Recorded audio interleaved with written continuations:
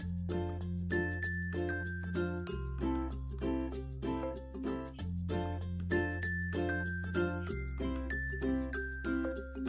guys, it's Lily.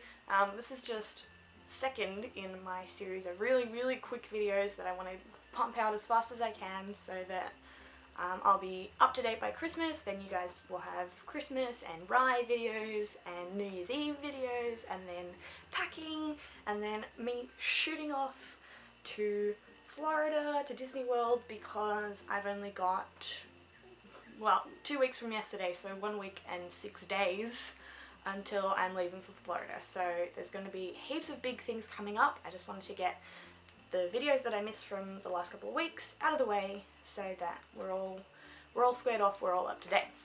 So this video is going to be about how to quit your job because 2 days ago I had my very last shift at work and it was very stressful, very emotional, but mostly just very stressful. I'm just going to give you a few handy tips and tricks to make leaving your job a lot easier. My first tip to you is put in your notice early but not too early. I was told to put my notice in after I got my visa approved, which is what I did. Pretty much the day after I got my visa, I wrote up my notice, I signed it and I sent it in, because if you don't get your visa approved, which a few people in last intake did have trouble getting their visas approved, as far as I understand, no one this intake has had any issues getting their visas approved, but last intake there were a few people who got theirs rejected and couldn't do the program.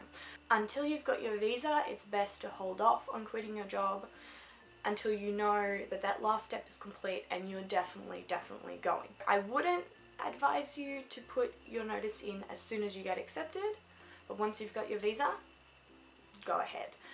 I do also advise that you put in your notice at least around a month before you actually need to quit. Luckily, my visa getting approved and me being a month away from the date that I wanted to quit all happened around the same week, so it was easy for me to just get my visa done, chuck in my letter of resignation. Obviously, if you're having your visa appointment quite late, you might want to skip the whole not doing it too early thing because you need to give your work enough notice. Obviously, they can't tell you that you can't quit, but it might impact on how well they see you in the future and the kind of reference that they give. Speaking of references, that brings me to my second point, which is be respectful. When I sent in my letter of resignation, even though we had had our bad times at the good old Safeway, I put in my letter and I tried to keep it positive and keep it really respectful, and I talked about all of my previous managers and previous co-workers in a positive and respectful manner because we had had our good times. And when you're leaving and when you're looking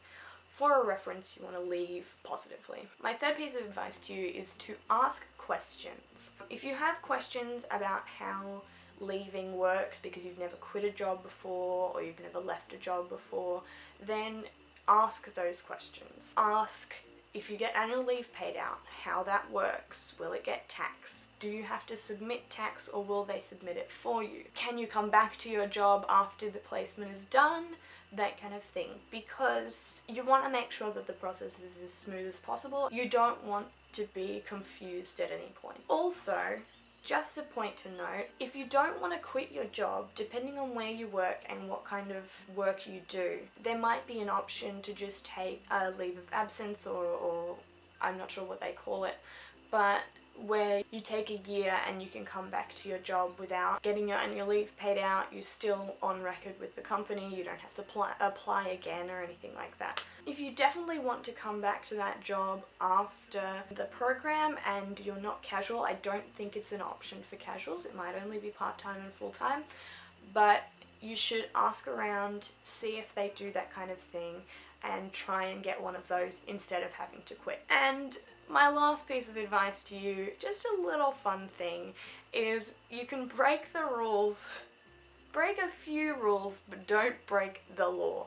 So on my last day, obviously we work in customer service, so we have all these rules about not eating on the store floor, only drinking water on the store floor, this, that, and whatever. My co-workers on my last day bought me a bag of candy, they bought me a cake, and I bought myself a Coke because I knew that I couldn't get fired considering it was my last day.